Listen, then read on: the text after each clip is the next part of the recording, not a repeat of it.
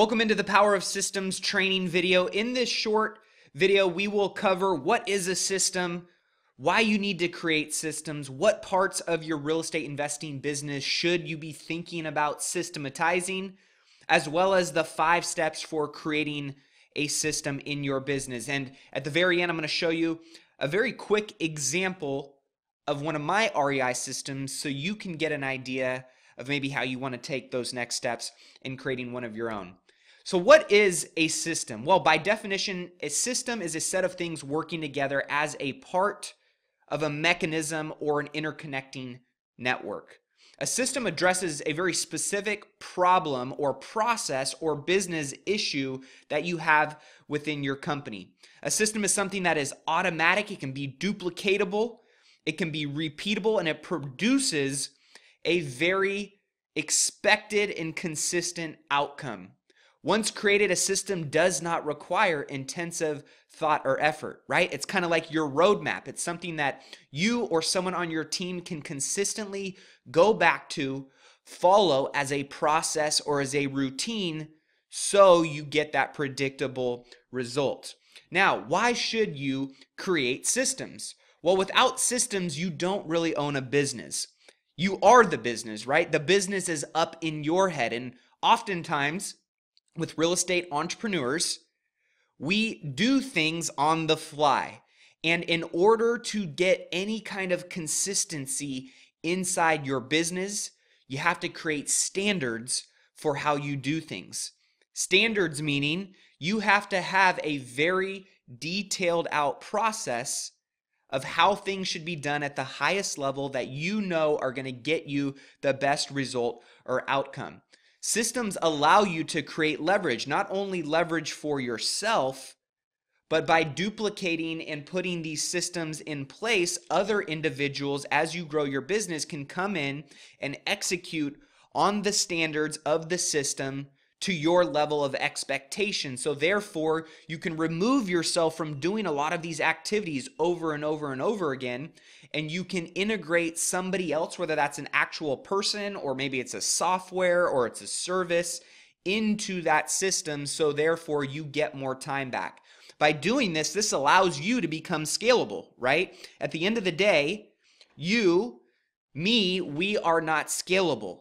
We all only have 24 hours in a day. We can only do so much. We only have so much bandwidth. So by getting systems in place, this allows you through the leverage to become scalable with your time, to become scalable with your results. As well as systems allow you to become way more productive and way more efficient, way more effective, and therefore you're going to get more results, better results in less time. Now, what should you be systematizing in your real estate investing business? Well, here are some of the most common ones that we have found are absolutely integral to running an effective real estate investing business that allow you to get the best results in the least amount of time. Email systems are very, very important. How you intake emails, when you check emails, what you send out for emails, whether that's opening up escrows, whether that's responding to sellers or clients that you're working with, whether that is connecting with vendors, scheduling appointments. Your email systems are very, very important. Having some kind of standard and process for those will help you become more effective and productive. Hiring systems. You're going to constantly be building your team, working with individuals, whether that is an actual employee or that is somebody that is an independent contractor or a vendor that you're doing business with. You want to know how the best way of integrating those individuals into your organization so you get the results you're looking for are documented and followed. We have hiring systems for onboarding new people into our business. We have hiring systems for how we go out and network and interview independent contractors. These are very important to have in your business. And as you start going through these stages of your business, keep thinking about documenting what steps you're taking and how you can improve on those moving forward. Rehabbing systems, very important if you are in the space of real estate investing, whether you're going to wholesale a property, whether you're going to flip a property, whether you're going to buy and hold and get it rent ready for the next tenant, you want to document all of the rehabbing systems for all the different scenarios that you go through. Scheduling systems, whether that's you taking a phone call, whether that is you going out on an appointment with the seller, whether that is you meeting with somebody, you want to make sure that you have scheduling systems in place. Meeting systems, when you're having meetings with individuals, what's your agendas look like? How are you going to effectively and efficiently run through those meetings to get the best result? Underwriting systems, a very critical part of a real estate investing business. How do you intake leads and underwrite and analyze those deals? Documenting that process so that you or someone on your team can follow to a T to get the result, to know that you're getting a good deal, or whether or not you want to move forward with that opportunity. Underwriting systems will be critical. This is also a great way when you are building your army of other bird doggers, wholesalers, agents, individuals that may not know what your underwriting process looks like and what is a good deal for you. By documenting these systems, creating videos, you have the ability to go out, send this to them. Therefore, you don't have to repeat this with all of the time over and over explaining to hundreds of people moving forward. This will allow you to build your army of bird doggers and relationships that bring you profitable opportunities. Accounting systems, very critical. Something that most people overlook and something that can make or break any business in general. So making sure that you have a process that you follow for accounting will be critical to systematize. Marketing systems, whether that is direct mail, whether that's bandit signs, whether that is doing your pay-per-click, whether that's networking with other agents and communicating with them, whatever marketing systems you're using within your business, you're going to want to document. Selling systems, how you put your properties on the market, how you market those properties, what you do before you put them on the market. Every stage of this process, you want to be thinking about, what am I doing today in my business that I don't have a process for, that I can document? This is a very critical one for maximizing the profit that you pull out of your properties when you go to sell them. Networking systems, how are you building new relationships? Do you have a specific plan that you follow to maximize your networking efforts?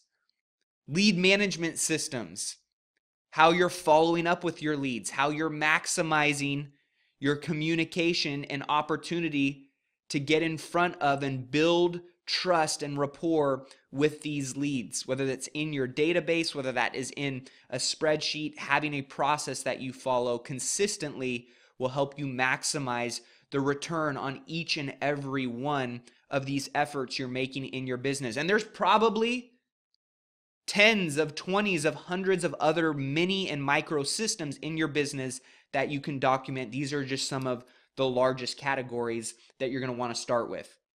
So now that you have an idea of what systems are in your business that you want to be keeping an eye on and creating processes and systems for, here are some of the steps that you can actually take to building out a very sound system.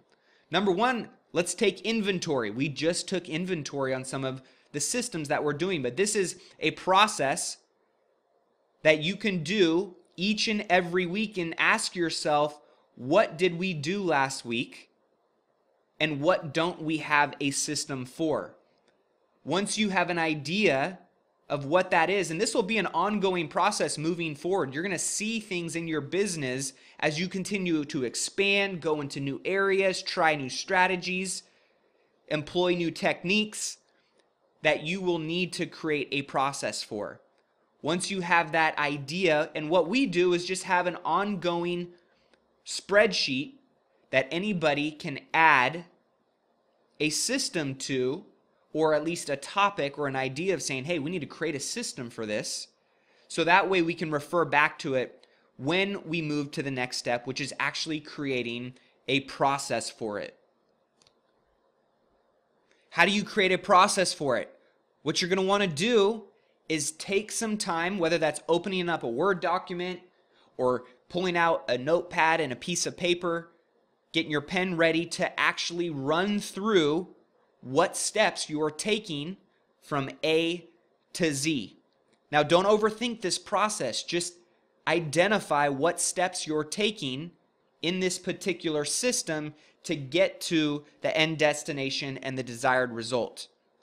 From there, when you are documenting this process, now you want to figure out how you can automate it. What softwares, what systems, what tools and resources can you utilize within this system to automate it or get it to its maximum efficiency?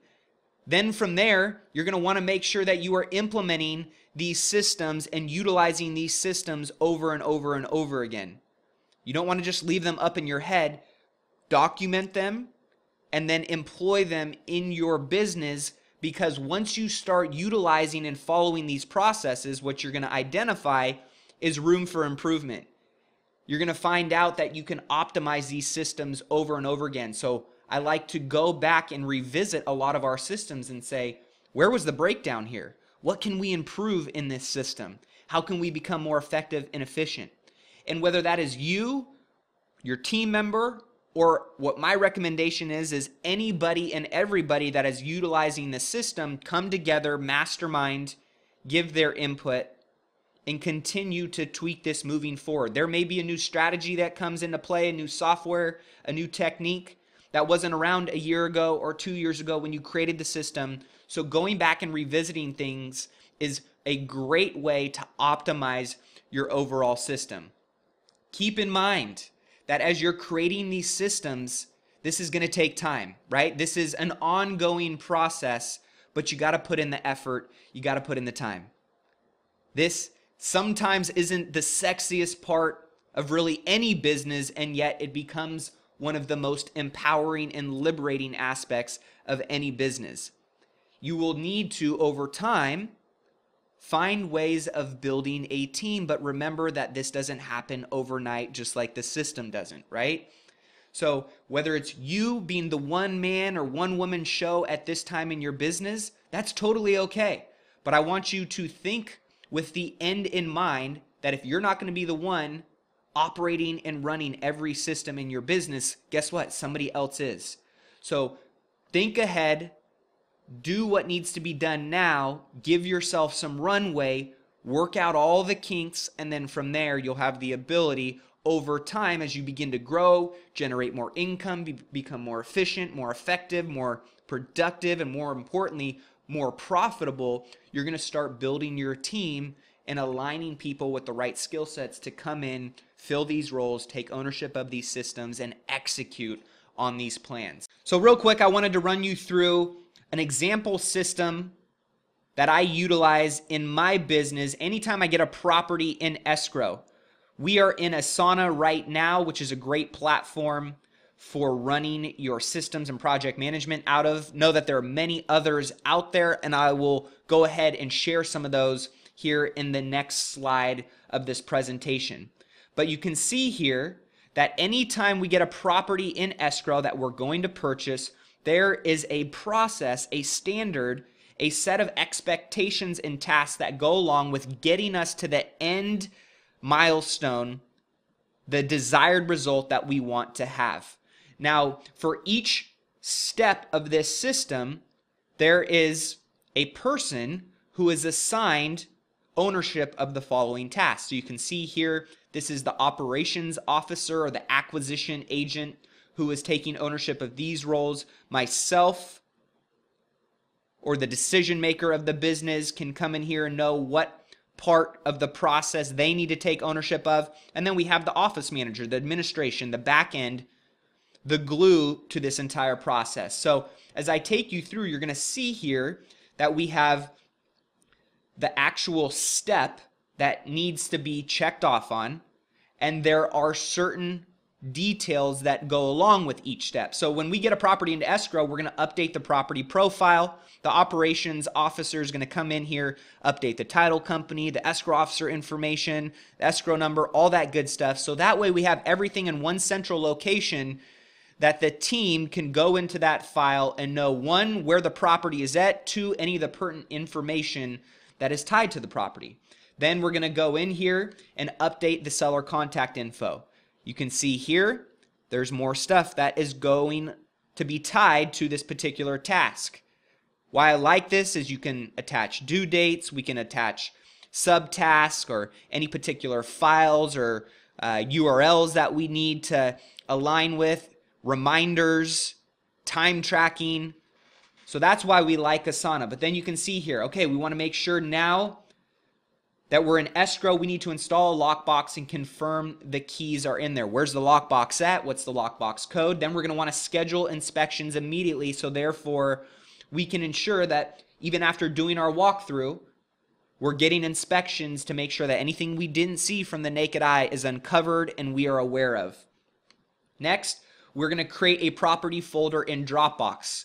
Whether you want to have a tangible folder in your office, you want to have a digital folder, that is our next step that we utilize. Then we upload the flip calculator spreadsheet, and we can attach that in here so anybody can pop in and see what the analysis is on this particular project. We upload the repair walkthrough sheet with the contractor bid, since we've already got that right figured out before making the offer. Then we're going to upload before pictures on the property. It's always great to document what it looks like before and then obviously see how great it looks after. Upload his inspection reports into the Dropbox folder. So after they were ordered, obviously the inspections happened, then we got the reports back. We want to make sure those are uploaded into the digital, or if you have a tangible folder, those are in there. Then from there, we're going to review those inspection reports with the contractor and revise the bid as needed. From there, if it's applicable, we're going to make sure that we submit a price reduction request to the seller. Once we get agreement on that price reduction, if it is applicable or whether we're just moving forward or not, if you are utilizing a hard money lender or a private money lender, you're going to want to send out the email to that lender to get your lending and your financing in place. Immediately after that, of course, all at the same time, you're going to want to send your earnest money deposit into escrow. And keep in mind, guys, this is our process. You might have something different, something that makes more sense for your business, and that's totally okay. I just want to give you an example here so you can see what this looks like.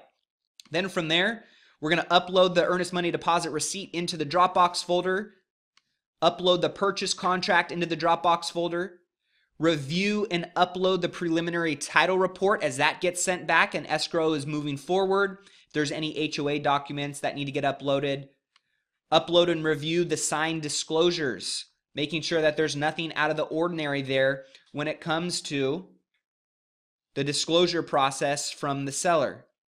Then from there, we're going to confirm our commission instructions with escrow, whether there's an agent involved or if there's a wholesaler involved and we need to make sure they get paid, making sure all that stuff is dialed in with escrow. Then confirming your funding is in place, whether you're getting a first, a second, joint venturing, whatever that may be, dialing in your funding, sending the private lender documents, right, drafting the promissory notes, making sure that we have all of those documented. Then we're going to confirm insurance is paid through escrow. We're going to review our closing HUD statement, make sure that everything looks good, make any necessary changes that we need to make. Doc signed with escrow. We're getting close to closing. We're going to rewire those remaining funds or have our second private lender wire those remaining funds, or your partner, depending on what your structure is. Update the contractor on the closing date so that way you can confirm the start date, the project timeline, make sure everything's ready to rock before you close escrow. Boom, close escrow. You can see here, right, we're documenting all of the parts of this timeline, so when we need to go back and have anything to look at pertinent to this particular property, it's all in there. And of course, right, who's doing all these tasks throughout the process. From there, we're going to send a closing thank you email to the seller. We have the email templates that usually are tied to here when that email was sent out. Send a closing thank you gift to the seller. And then update the seller profile in the database. And guess what? Then we're off to our post-purchase checklist. What happens after we close escrow? But this is just a quick example that you guys can follow when it comes to creating systems for your company, for your process, whether that is emailing systems, underwriting systems, marketing systems, escrow systems, you name it. You want to document this process. And like I said before, this takes some time. We've added things time and time again. I'm going, oh man, we missed that step, right? So making sure that you go through, optimize this. I'm sure we'll add things, we'll remove things to become more efficient, more effective moving forward. But here's an example of just one checklist. Now that you've seen an example of one of my systems, I have many of these built out inside the six-figure flipper.